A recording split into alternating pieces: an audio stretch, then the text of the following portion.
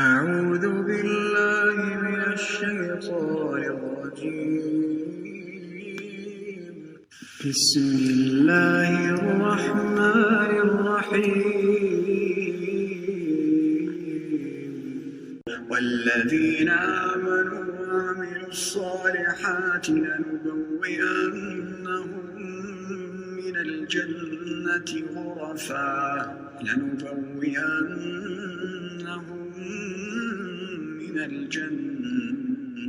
غرفا تجري من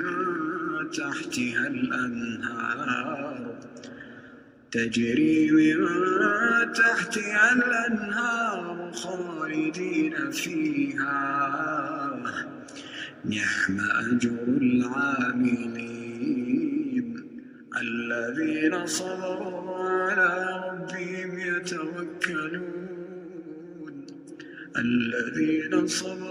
على ربهم يتوكلون وكأين من دابة لا تحمل رزقها الله يرزقها وإياكم وهو السميع العليم ولئن سألتهم من خلق السماوات والأرض وسخر الشمس والقمر ليقولن الله فأنى يؤفكون الله يبسط الرزق لمن يشاء من عباده ويقدر له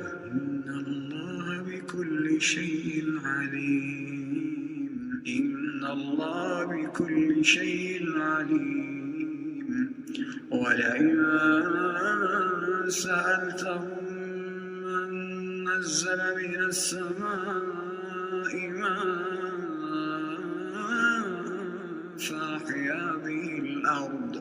فأحيا به الأرض من بعد موتها ولئن سألتهم من نزل من السماء ماء فأحيا به الأرض من بعد موتها ليقولن الله قل الحمد لله بل أكثرهم لا يعقلون. بسم اللہ الرحمن الرحیم. جب ہم سزاؤں کی بات کر رہے تھے سورۃ العنکبوت کی تفسیر کے حوالے سے، جس میں ایکسپلین یہ کیا گیا تھا کہ اللہ تعالیٰ نے کچھ سزائیں جو آخرت میں رکھی ہیں ان کا تعلق گناہ کی نوعیت سے ہے. So they are kind of matching اور linked to the kind of sun. ٹھیک ہے. اچھا، اس کی کچھ مثالیں قرآن پاک میں جو حدود، آپ کو سزاؤں کا یاد ہے نا، سورۃ النور میں ہم نے ڈیٹیل میں پڑھا تھا. حدود الگ چیز ہوتی ہے، قوانین، جو سزا کی بھی قسمیں ہیں. ٹھیک ہے، جزا جو اللہ تعالیٰ دیتے ہیں، کچھ دنیا میں کچھ آخرت میں. دنیا میں بھی کچھ سزائیں they are matching with the sun. وہ تھا ہاتھ کا کاٹنا چوری کی سزا کے طور پر، بیکاز چوری ہاتھ ہی سے کیا جانے والا عمل ہے. ٹھیک ہے. Mostly unless it some thing intangible, یا کوئی کاپی رائٹ کی چیز ہے، یا کوئی انٹلیکچوئل تھیفٹ ہے.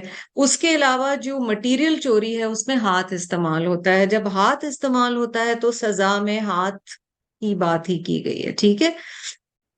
ایک سورہ قرآن کی جو آرکیٹائپ ہے اس کی، سورت لہب دی. ٹھیک ہے. اور اس میں وہ آپ کو مثالیں ملتی ہیں. مثلاً آپ کو وہ مثال اس میں پتہ ہے کہ آگ کی لگام یا آگ کا necklace of fire for the wife of Abu Lahab. اور اس کی ہسٹری یہ ہے کہ جب وہ دنیا میں تھی تو وہ اپنا، آپ اگر ہسٹری پڑھیں، وہ اپنا نیکلس ایسے گھماتی بھی پھرتی تھی عورت، اور وہ سب کو کہتی تھی that I will sell this necklace، اور اس سے جو مجھے پیسے ملیں گے نعوذ باللہ وہ میں محمد صلی اللہ علیہ وسلم کے لیے کہ ان کے خلاف وہ پیسہ استعمال کروں گی۔ اس کی پنشمنٹ آخرت میں بتائی گئی کہ اس کے گلے میں آگ کی لگام ہوگی۔ تو آپ دیکھ رہے ہیں کہ جس طرح کا گناہ ہے اس سے سملر ایک میٹافر لے کے سزا بھی اسی طرح کی بتائی گئی ہے۔ سنز اینڈ پنشمنٹس ہیں، مثلاً آپ دیکھیے پہلی جو ہے کہ بھیک مانگنے کی، بغیر وجہ بھیک مانگنے کی جو سزا ہے، تو اب یہ سزا بتائی گئی ہے، اور یہ بخاری اور مسلم کی حدیث ہے۔ A man continues to beg people until he will come on the day of resurrection without any flesh on his face۔ ایک شخص بھیک مانگتا رہتا ہے یہاں تک کہ وہ حشر کے دن، یوم القیامہ کے دن آئے گا اس حال میں کہ اس کے چہرے پر کوئی لحم نہیں ہوگا، کوئی گوشت نہیں ہوگا۔ اب اس کا اگر آپ لنک بیگنگ سے دیکھیں تو فیس جو ہے انسان کا وہ عزت کا مارک سمجھا گیا ہے، ٹھیک ہے، وجہ جو انسان کا ہے یا چہرہ جو ہے، اور کوئی چیز اسے کور کرتی ہے۔ اور جب بھی ہم بات کرتے ہیں، ہم سفید پوشی کی بات کرتے ہیں، کسی کے آگے ہاتھ نہ پھیلانا انلیس نیڈ ہو، جینیون نیڈ ہو، عزت کا، چہرے سے گوشت کا ہٹ جانا عزت سے لنکڈ ہے۔ یہ ڈیپر لیول پہ سمجھنے والی چیزیں ہیں۔ فردر اس کو آگے آپ دیکھیں، کبر کی مجھے جو اگزامپل تھی، پوری حدیث کریں یا نہ کریں لیکن شروع کا پارٹ کم از کم، کبر یعنی تکبر کی سزا یہ ترمذی کی حدیث میں بتائی گئی ہے کہ نبی اکرم صلی اللہ علیہ وسلم نے فرمایا The arrogant will be gathered on the day of resurrection as tiny particles in the form of men. يحشر المتكبرون يوم القيامة امثال الذر۔ ٹھیک ہے، ننھے ننھے پارٹیکل ذروں کی شکل میں متکبر انسان، اب دنیا میں وہ بہت بڑا بنتا ہے، آخرت میں اس کی حیثیت ذرے کی بھی نہیں ہے۔ فی صور الرجال ان the form of men، یعنی ہوں گے انسانوں کی شکل میں مگر بالکل ذروں کی طرح ہوں گے، ٹھیک ہے۔ اور پھر اس کی فردر بہت اسٹرانگ پنشمنٹ بتائی گئی ہے۔ they will be dragged to a prison in hell named Balus to be submerged in the fire of all fires, drinking the bile of the people of hell fire and driving them into madness and یہ اگر آپ دیکھو Arabic میں یخشاہم الذل کا جو part ہے، ذل ہوتا ہے بالکل نیچے حصے میں چلا جانا۔ تو اس کی آپ دیکھیے سزا اور جو گناہ ہے اس میں سملیرٹی نظر آ رہی ہے۔ بیسکلی کیونکہ بہت اس بات کی ہمارے دین میں کہا گیا ہے کہ زندگی اللہ کی امانت ہے اور زندگی لینا رب تعالیٰ کا فیصلہ ہے، اس کی بڑی سزا اور اس سے بڑی وارننگ بتائی گئی ہے، ٹھیک ہے۔ آپ دیکھ لیں یہ حدیث صحیح مسلم میں ہے، جو کوئی سٹیل ویپن سے یعنی لوہے کے کسی گر سے اپنے آپ کو مارے گا، وہ اپنے آپ کو اسی آلے سے مارتا رہے گا ہمیشہ ہمیشہ، اس کی وہ سزا فار ایور ہو گئی ہے۔ یعنی اگر کسی نے زہر سے خود کو کیا تو وہ جہنم کی آگ میں وہ پیتا رہے گا، اگر کسی نے اپنے آپ کو اوپر سے گرا دیا تو اسے بار بار اس سزا سے گزرنا پڑے گا، یہاں پہ یہ بتایا جا رہا ہے۔ اچھا جی، زکوٰۃ کو روکنے والا، زکوٰۃ جو نہیں دیتا، whoever is granted property by Allah and who does not pay its zakat, on the day of judgment, his property will be made like a bald-headed poisonous male snake with 2 black spots over its eyes۔ آپ imagery دیکھیے اور دیکھیے کہ کتنا زیادہ clarity کے ساتھ بتایا گیا ہے۔ The snake will encircle his neck and bite his cheeks and say, انا مالوکا انا کنزوکا۔ یہ بہت فیمس الفاظ ہیں حدیث کے، میں تمہارا مال ہوں، میں تمہارا خزانہ ہوں۔ ٹھیک ہے. اچھا، سانپ کی بات کیوں کی گئی ہے؟ آپ کو پتہ ہے کہ کئی کلچرز میں آپ نے دیکھا ہوگا مال کی حفاظت کے لیے، خزانوں کی حفاظت کے لیے سانپ رکھے جاتے تھے. اس دن وہ مال جس پہ زکوٰۃ ادا نہیں کی گئی وہ سانپ کی شکل میں، اور پھر سانپ بھی میل سنیک، بالڈ ہیڈڈ سنیک، اس کے اوپر علماء نے بہت بات کی ہے کہ کیوں اتنی زیادہ ڈیٹیل دی گئی ہے. میں اس وقت آپ کو صرف بریفلی بتا رہی ہوں. پانچواں گناہ جی، ان گریٹیٹیوڈ ٹو ہسبینڈز، شوہر کی ناشکری کرنا. یہ نسائی کی حدیث ہے. اور آپ اس میں بھی غور سے دیکھیے کہ اس میں میٹافر آپ کو کیا مل رہا ہے. رسول اللہ صلی اللہ علیہ وسلم said, Allah will not look at a woman who is ungrateful to her husband while she cannot take care of herself without him. اللہ تعالیٰ قیامت کے دن ایسی عورت کی طرف، یعنی اتنے اللہ تعالیٰ ناراض ہوں گے، وہ دیکھیں گے نہیں، جو کہ اپنے شوہر کی ناشکری کرتی ہے جبکہ وہ اس کے بغیر اپنا خیال اس طرح سے نہیں رکھ سکتی. نہ دیکھنا، یہ جو شوہر بیوی کا رشتہ ہے اس میں ایک دوسرے کی طرف نہ دیکھنا، یا کیئر سے نہ دیکھنا، یا قدر کی نگاہ سے نہ دیکھنا، وہ والی چیز دی گئی ہے تو اس کو یہاں پر یوز کیا گیا ہے. آخری چیز، اور یہ بہت ہی اسکیری ہے کیونکہ جو اینڈ کے کچھ ہیں وہ کامن چیزیں ہیں، گناہ ہیں جو انسانوں سے ہوتے ہیں. بیک بائٹنگ کے بارے میں نبی اکرم صلی اللہ علیہ وسلم نے بتایا، اور یہ جب آپ صلی اللہ علیہ وسلم کو لے جایا گیا معراج کے موقع پر تو اس کے حوالے سے ہے when I was taken on my night journey I passed by people who had metal hooks in their hands and they were clawing their own faces and necks. I said, who are these, O Jibrail? Jibrail alayhi salam said, these are the ones who eat the flesh of people and attack their honor. ابو داؤد کی حدیث ہے کہ آپ صلی اللہ علیہ وسلم کہہ رہے ہیں جب مجھے اسرا کے موقع پر، معراج کے موقع پر لے جایا گیا تو میں ایسے لوگوں کے پاس سے گزرا جن کے ہاتھ میں لوہے کے ہکس تھے اور وہ اس سے اپنے چہروں اور گردنوں کو نوچ رہے تھے.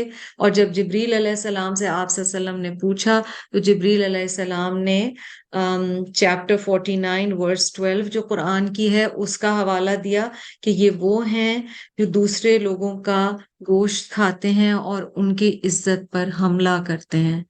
ہر وقت ہم نہیں بہت زیادہ سزا والی احادیث اور بات کر رہے ہوتے، لیکن کبھی کبھی یہ احادیث قرآن کے یہ حصے جاننا ضروری ہیں، کیونکہ ایسا ہوتا ہے کئی دفعہ کہ ہمارا پھر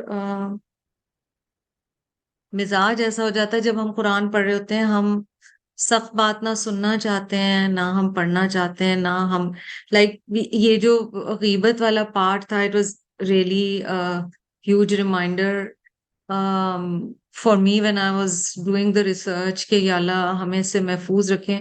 تو یاد دہانی ضروری ہے.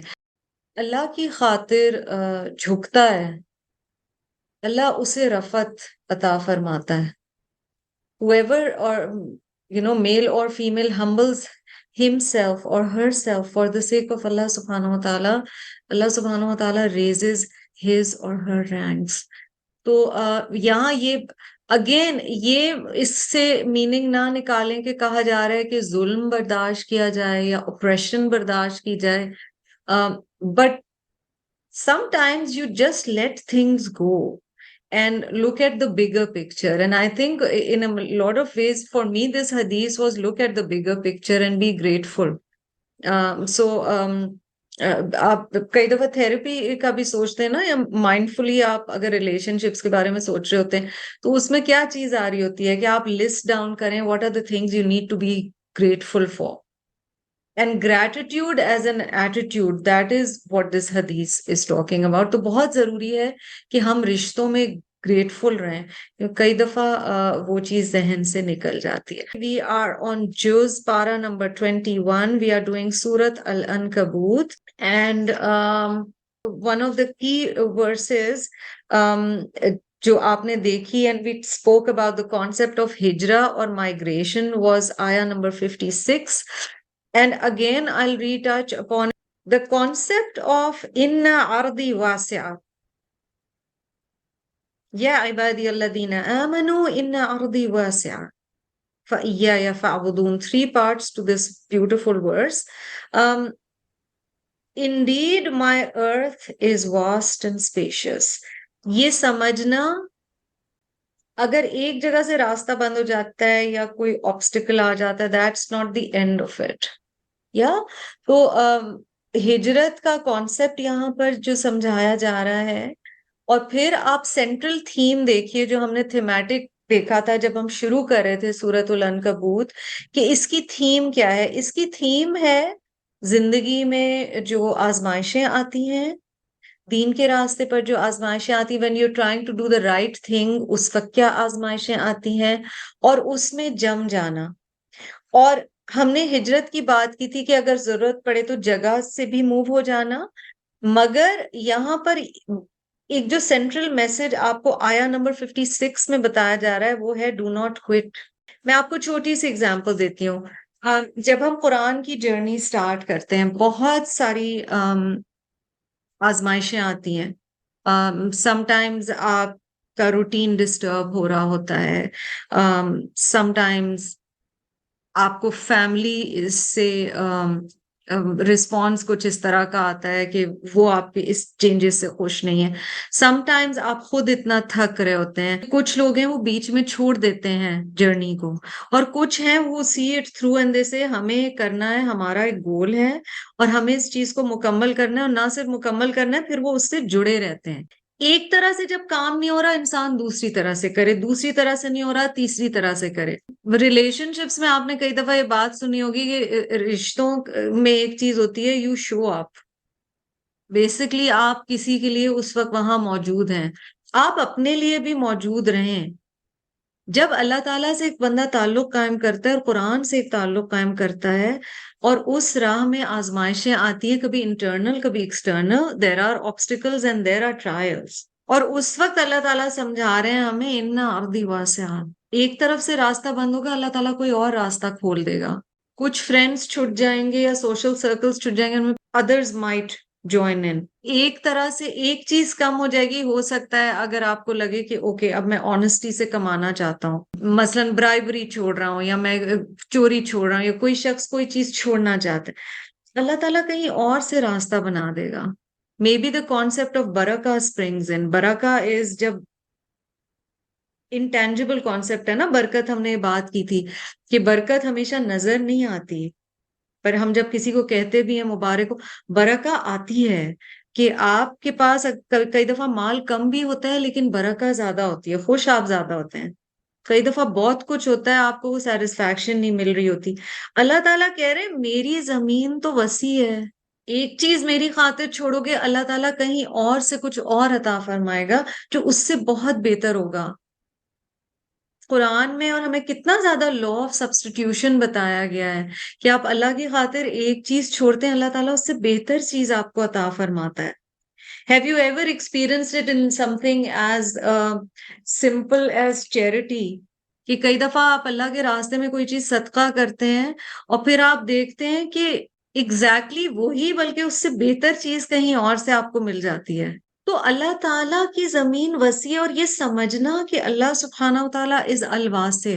دین اٹس امیزنگ کہ جہاں سورۃ العنکبوت اینڈ ہوتی ہے وہاں سے سورۃ الروم شروع ہوتی ہے. امیزنگ سورہ اگین.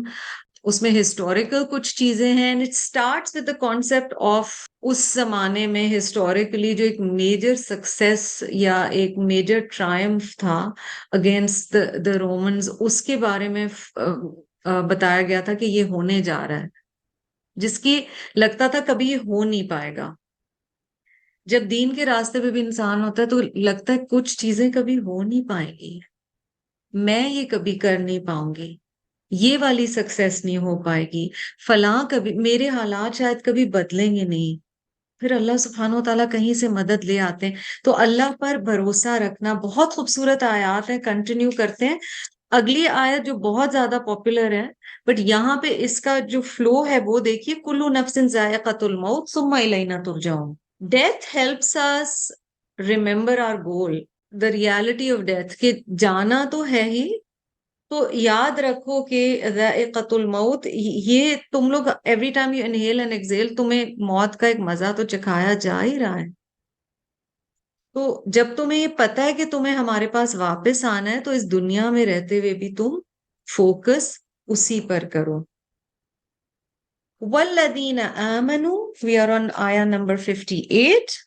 والذین آمنوا and those who believe، وہ لوگ جو ایمان لائے، وعملوا الصالحات and they did righteous deeds، انہوں نے نیک عمل کیے، ان کے لیے بہت خوبصورت ایک انسینٹیو دیا گیا ہے، ایک اجر بتایا گیا ہے. وَلَنُبَوِّئَنَّهُمْ، لَنُبَوِّئَنَّهُمْ، ہم ضرور بضرور البتہ عطا کریں گے ان کے لیے گھر. They will definitely or we will definitely provide accommodation to them. So نُبَوِّئَنَّهُمْ یہاں پہ روٹ ہے با واو حمزہ. اور گھر کیسا اللہ تعالیٰ عطا کریں گے؟ من الجنہ، جنت میں سے، غرفن، لافٹی، ہائی. تو آپ اپنے ذہن میں اونچے گھر، اونچے مکان، پینٹ ہاؤسز لے کے آئیے، مینشنز لے کے آئیے. نبی اکرم صلی اللہ علیہ وسلم said, in paradise there are rooms whose outside can be seen from the inside and their inside can be seen from the outside. بے شک جنت میں غرفہ ہیں، یعنی اونچے کمرے ہیں، جن کا اندر باہر سے اور باہر اندر سے دیکھا جا سکتا ہے. Allah has prepared them for those who، اللہ نے گھر کس کے لیے تیار کیے ہیں؟ اب اس میں کچھ کام کرنے کے بتائے گئے ہیں، and اللہ ہمیں ان میں سے کرنے والا بنائے. those who feed others، جو دوسروں کو کھانا کھلاتے ہیں. who speak well، جو اچھی میٹھی بات کرتے ہیں. who speak nicely. we're not talking about a speech جو دوسروں کو چپ کرا دے. ہم یہاں آرگیومنٹ کی بات نہیں کرے. اطاب الکلام، ٹھیک ہے. توبہ کہتے ہیں اس چیز کو جو خوش کرتی ہے. اطاب الکلام، اچھا پلیزنٹ کلام، صاف ستھرا کلام، سچا کلام، اس کی بات کی گئی ہے. وَتَابَعَ الصَّلَاةَ وَالصِّيَامَ، اور جو مستقل نماز پڑھتے اور روزے رکھتے ہیں. تابع کہا گیا نا، اور یعنی پیچھے پیچھے چلتے ہیں، مستقل کنٹینیوسلی ان کی روٹین میں. نماز is not irregular and fasting is not irregular. And who stand in prayer at night while people are asleep، جو رات کو نماز میں تب کھڑے ہوتے ہیں جب لوگ سو رہے ہوتے ہیں، یعنی دوسروں کو دکھانے کے لیے نماز نہیں پڑھتے، اللہ سبحانہ و تعالیٰ کے لیے پڑھتے ہیں. اور یہ حدیث ابو مالک الاشری نے روایت کی ہے اور طبرانی میں ہے. اور دوسری جگہ جو غرفہ والی یا اونچے گھروں والی حدیث ہے، اس میں یہ بھی آتا ہے کہ جو دوسروں کی خاطر حق پہ ہوتے ہوئے جھگڑے کو چھوڑ دیتا ہے، اس وقت وہ جانے دیتا ہے اس چیز کو. تو یہاں پر اللہ تعالیٰ اجر بتا رہے ہیں ان لوگوں کے لیے. اور جنت کا بھی کون سا لیول؟ تجری من تحتها الانہار خالدین فیہا، جن کے نیچے سے نہریں بہتی ہیں اور وہ اس میں ہمیشہ رہیں گے. So the concept of eternity, joy ختم ہونے والا نہیں ہے، اٹرنل ہے. اور لافٹینس کی بات کی گئی ہے. Look at the end of the آیا، کتنی خوبصورت بات ہے، اور اس پہ ہم تھوڑی سی بات کریں گے. نعمہ، کتنا خوبصورت ہے. اجرو، اجر، العاملین، عمل کرنے والوں کا. نعمہ اجر العاملین، how excellent is the reward for the doers, جو کام کرتے ہیں. اس کو عالمین نہ سمجھیے گا، اس کے روٹ کو کلوزلی دیکھیے گا. جو ٹرائی لیٹرل 3 حروف پہ مبنی روٹ ہے اس کا، عین میم لام ہے، عمل، کام کرنا. اس پہ میں ایک آیت آپ کو یاد دلاؤں گی، سورۃ سبا 34 چیپٹر قرآن پاک کا. اور وہاں پر بات ہوگی داؤد علیہ السلام اور سلیمان علیہ السلام کی فیملی کی، اور اللہ سبحانہ و تعالیٰ نے انہیں کیا کیا کچھ عطا فرمایا تھا. آپ کو پتہ ہے کہ کنگڈم ایسی عطا فرمائی تھی سلیمان علیہ السلام کو جو کبھی اس کے پہلے نہ اس کے بعد کسی کو ملی. داؤد علیہ السلام کو اللہ سبحانہ و تعالیٰ نے کتنی خوبصورت اللہ کی تعریف بیان کرنے کی توفیق عطا فرمائی تھی. اور ہم وہ جو ایٹیٹیوڈ آف گریٹیٹیوڈ کی بات کر رہے تھے، اس پر جو الفاظ آتے ہیں ورس نمبر 13، اعملوا آل داود شکرا، work you O family of Dawood with thanks. عمل کرو، کام کرو اے آل داؤد شکر گزاری کے ساتھ. ہمیں سکھایا کیا تھا وہاں پر؟ انہیں اتنا کچھ ادا کیا گیا تو ان سے کہا گیا کہ شکر گزاری کا طریقہ یہ ہے کہ تمہیں اللہ کا شکر ادا کرنے کے لیے کام کرنا ہے. So beautiful verse of the Quran. اور داؤد علیہ السلام کے بارے میں آتا ہے کہ جب وہ اللہ کس سے دعا کرتے تھے تو وہ کہتے تھے O Lord how can I ever duly thank you when my thanking you is also a favour from you to me. اے اللہ میں کس طرح تیرے شکر کا حق ادا کروں جبکہ میرا شکر ادا کرنا بھی تیری طرف سے ایک احسان ہے. پھر اللہ سبحانہ و تعالیٰ نے انہیں جواب دیا تھا Now you have thanked me sufficiently O داؤد، یعنی اب تم نے شکر کا حق ادا کیا ہے. یہ سمجھنا کہ شکر کرنا بھی اللہ سبحانہ و تعالیٰ ہی کی طرف سے ایک احسان ہے، یہ داؤد علیہ السلام کی سیرت سے ہمیں پتہ چلتا ہے. تو یہاں پر بھی اللہ تعالیٰ نے فرمایا ہے نعمہ اجر العاملین، عمل کرنا. اچھا اس لفظ عمل کو پکڑیے گا اور دیکھیے گا کہ جو لاسٹ آیت آ رہی ہے اس سورہ کی وہاں پر کیا بات کی جا رہی ہے. ٹھیک ہے، ویل موو آن. ان لوگوں کی مزید تعریف بیان کی گئی ہے کہ یہ کون لوگ ہیں جو شکر کرنے والے ہیں.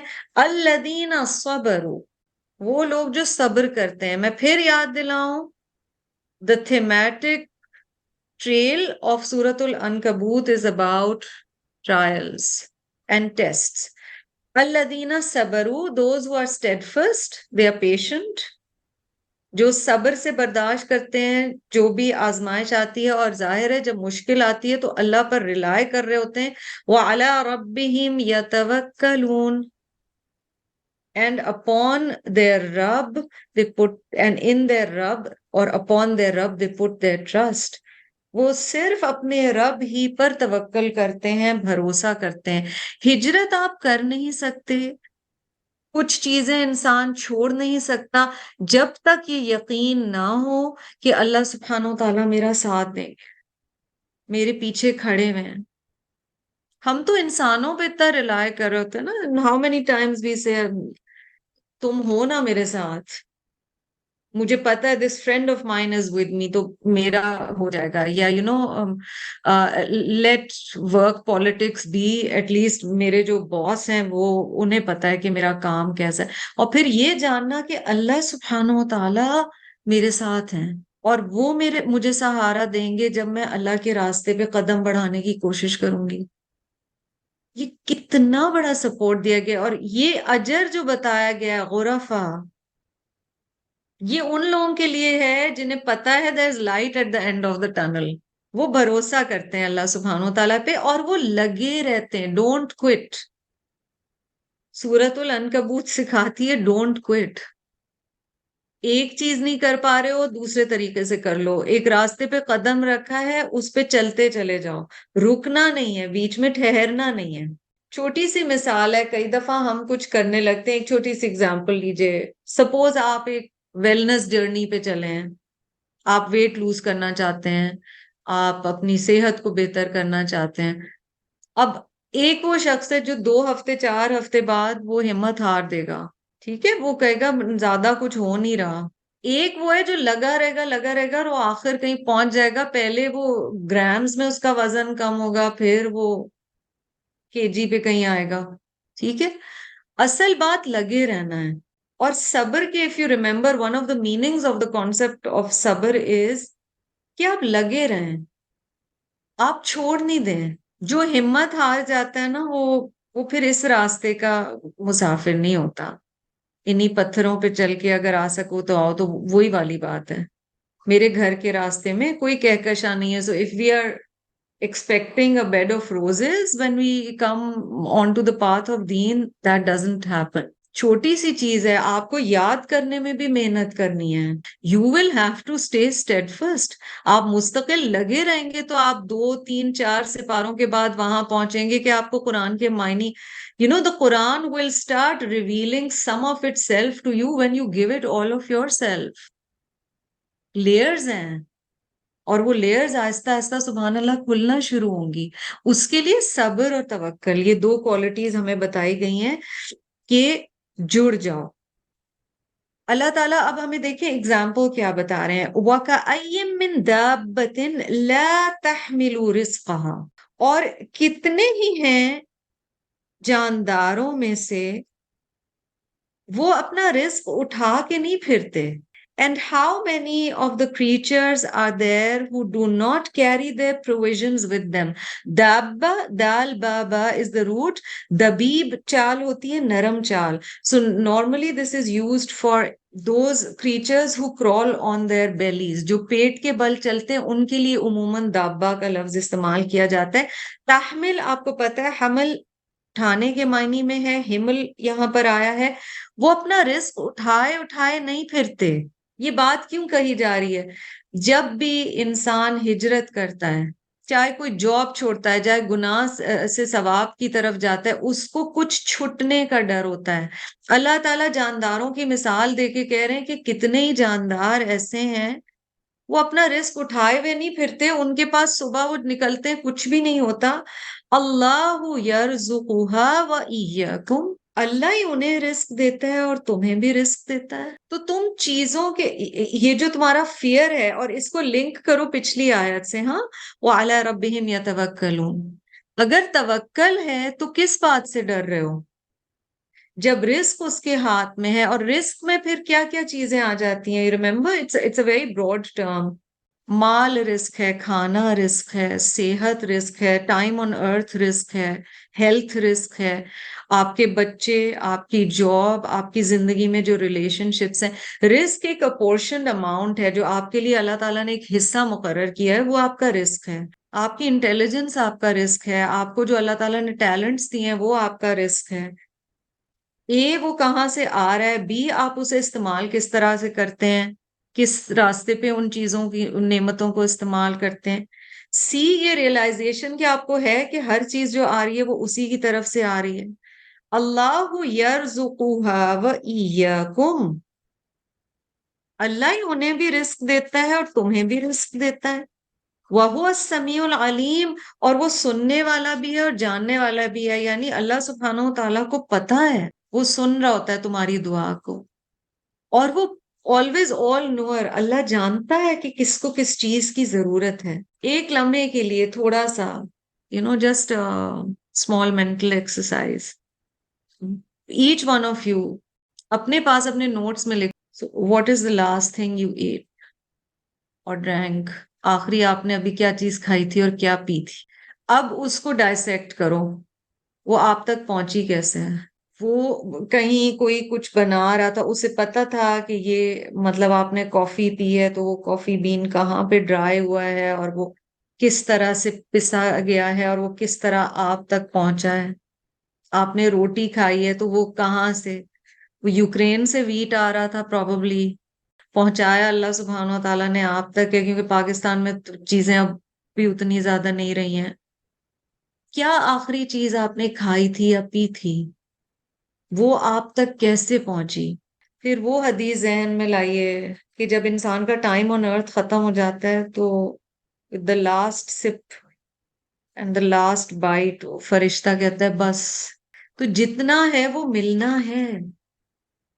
امام ابن القیم کہتے ہیں کہ کچھ سلف صالحین یعنی پائس پریڈیسیسرز جو تھے وہ کہتے تھے when Iblis and his soldiers gather they don't rejoice for anything as much as 3 things.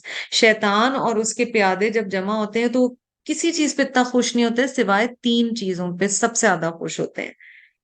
پہلی چیز a believer who kills a believer، مومن جب مومن کی جان لیتا ہے، یہاں جان کی سینکٹیٹی اور حرمت بتائی گئی. دوسرا a person who dies upon disbelief، جس کی کفر پہ جان نکل گئی. اور تیسری چیز بہت اہم ہے اس آیت کی روح سے، A heart in which there is fear of poverty. ایک دل جس میں چیز کم ہونے کا یا غربت کا خوف ہوتا ہے. غربت کا خوف، کم نہ ہو جائے کوئی چیز، مجھ سے یہ چیز چھن نہ جائے. اور یہ صرف مال کے حوالے سے نہیں ہوتا. It's not always just wealth. This fear of not having something. صبر اور توکل ان چیزوں کے لیے اینٹی ڈوٹ کا کام کرتے ہیں. تو اللہ تعالیٰ نے رزق کا بھی بتایا. اب آگے دیکھو آیا نمبر 61 سے لے کے 63 تک there's an interesting shift. ہونا یہ چاہیے تھا کہ یہ سورۃ العنکبوت اب یہاں پہنچی ہے اور مکی سورہ ہے. So you know the historical context. کفار سے بات ہو رہی ہے تو یہاں پر ان کے حوالے سے کوئی بات ہوتی یا کوئی ایسا حکم آتا یا نبی صلی اللہ علیہ وسلم کے بارے میں کوئی بات ہوتی. بٹ یہاں پر اللہ تعالیٰ اپنی آسمان و زمین کی نشانیاں دکھا کر کچھ بات کر رہے ہیں. وَلَئِن سَأَلْتَهُمْ، اور اگر آپ پوچھیں ان سے، من خلق السماوات والارض، کس نے پیدا کیا ہے آسمانوں کو اور زمین کو، وسخر الشمس والقمر، اور کس نے مسخر کیا ہے سورج کو اور چاند کو، لَيَقُولُنَّ اللَّهُ، وہ یقیناً کہیں گے اللہ نے. فَأَنَّىٰ يُؤْفَكُونَ، تو پھر تم کہاں سے پھرے جا رہے ہو. If you ask the disbelievers as to who has created the heavens and the earth and subjected the sun and the moon to his laws, they will certainly reply, Allah.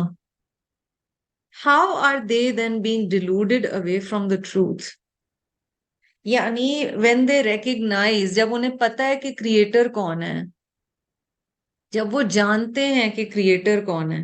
تو سائنس ان دا یونیورس سے یاد رکھیں، اس لیے بھی hint دی جا رہی ہے science in the universe کی، کیونکہ صحابہ کو انٹائر قرآن اکٹھے نہیں ملا تھا. ہم لوگ تو جب پیدا ہوئے تو ہم نے دیکھا نا پورا قرآن 30 جوز ہمارے سامنے کور ٹو کور. صحابہ 23 سال نبی صلی اللہ علیہ وسلم کے ساتھ تھے اور آہستہ آہستہ قرآن ریویل ہو رہا تھا.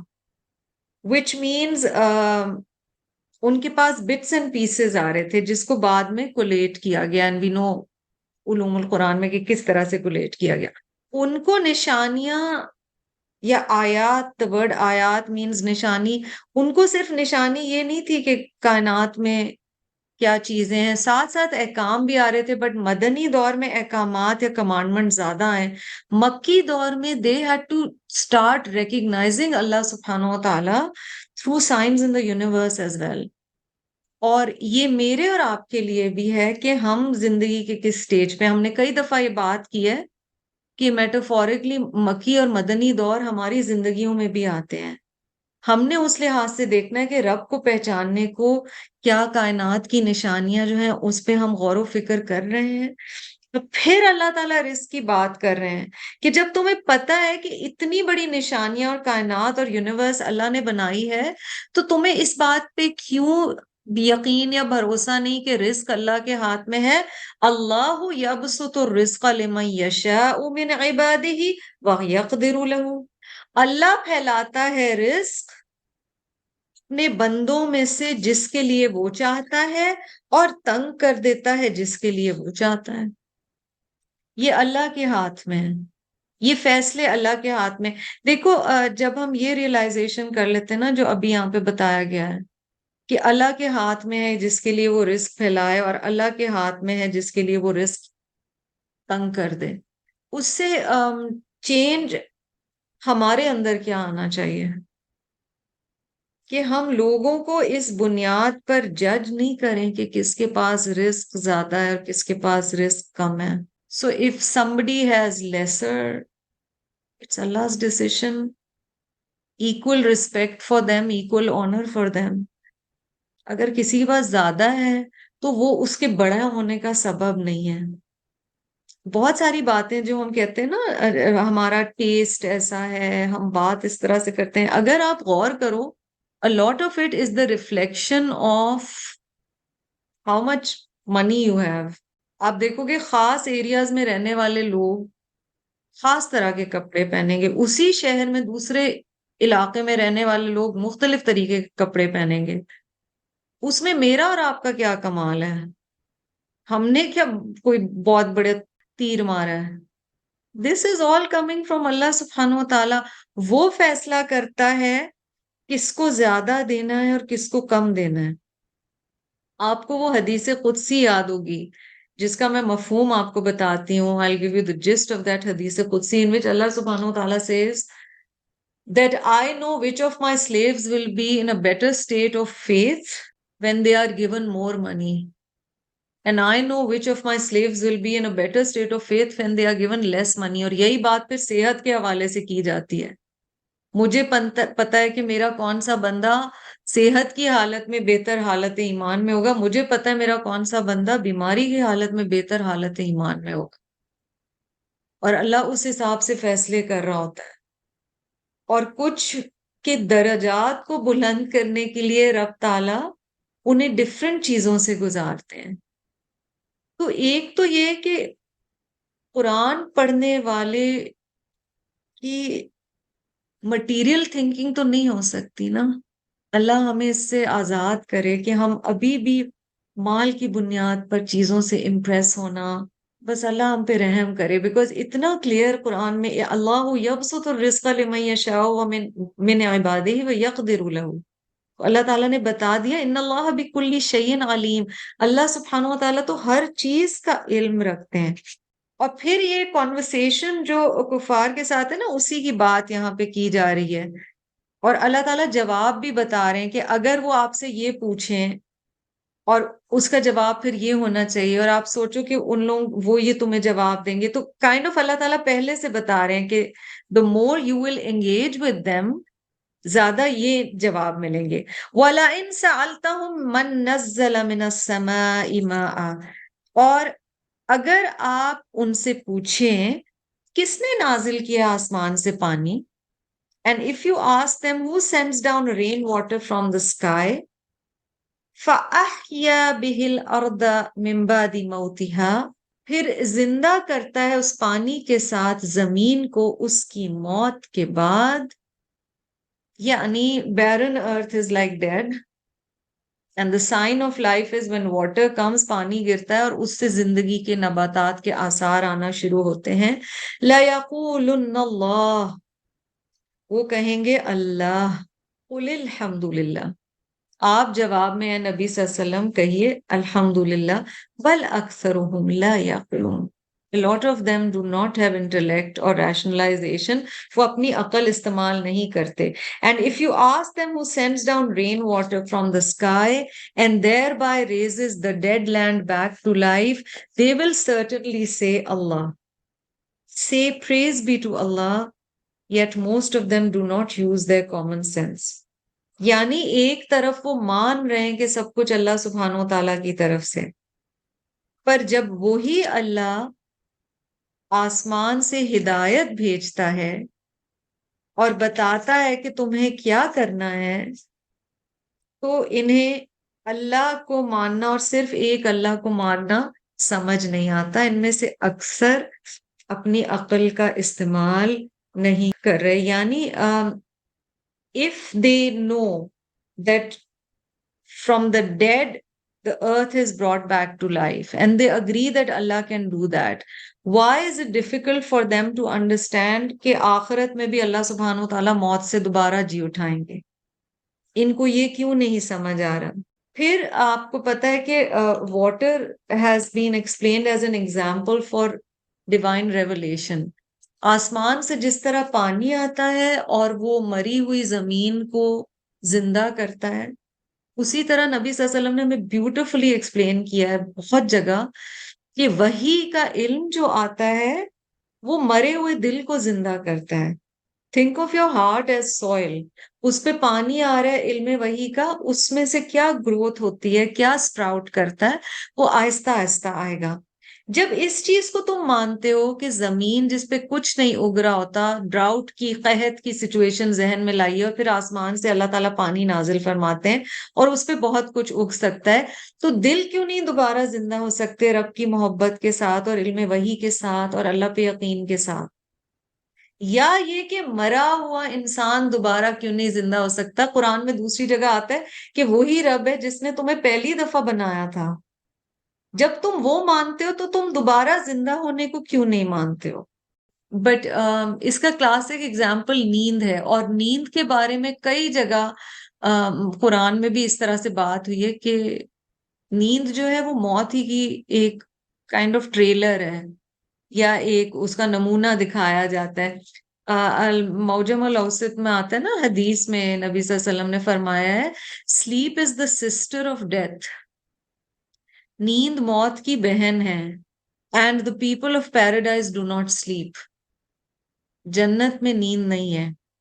یہ جو ہر دفعہ ہم نیند کی کیفیت میں جاتے ہیں تو اس وقت ہمیں کچھ نہیں پتا ہوتا، خاص طور پہ اگر بہت ہوش والی نیند نہیں ہے اور اچھی مطلب ہوش والی نہیں بلکہ اچھی نیند ہے، آپ کی گہری نیند ہے، تو اس وقت آپ ایک دوسرے زون میں ہوتے ہیں، ایک دوسرے ریم میں ہوتے ہیں، ایک آلٹرنیٹ ریالٹی آپ کی ہوتی ہے.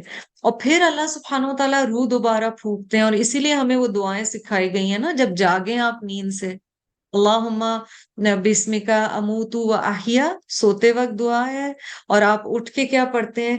الحمدللہ الذی احیانا بعد ما اماتنا. تمام تعریف اس اللہ کے لیے جس نے ہمیں زندہ کیا اس کے بعد کہ ہم مر چکے تھے.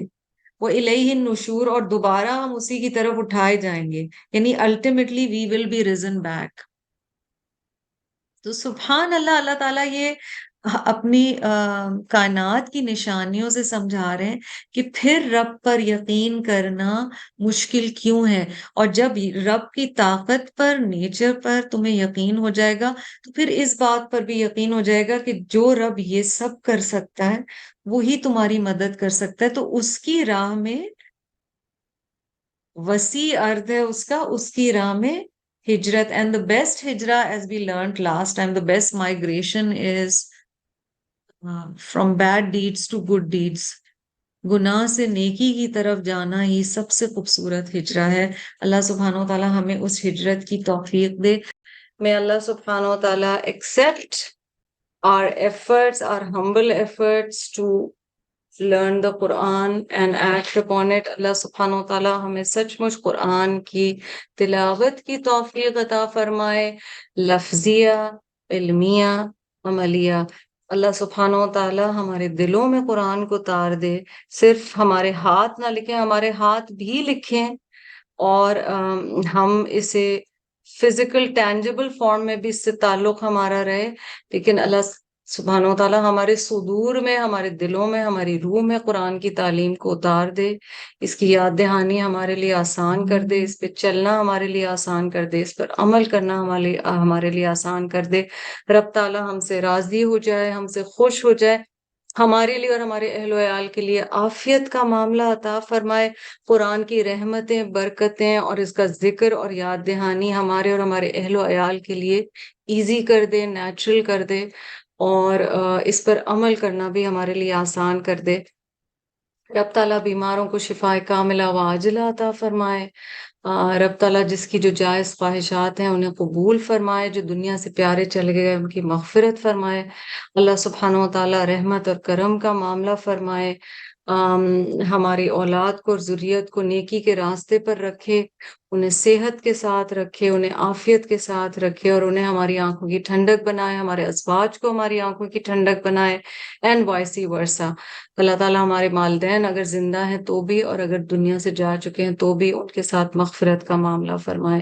اللہ تعالیٰ قرآن کو رحمت اور ذکر کا سبب ہمارے دلوں کے لیے، ہمارے گھروں کے لیے اور ہمارے اہل و عیال کے لیے اور اس امت کے لیے بنائے رکھے. جزاکم اللہ خیرا کثیرا. آخر دعوانا الحمدللہ رب العالمین.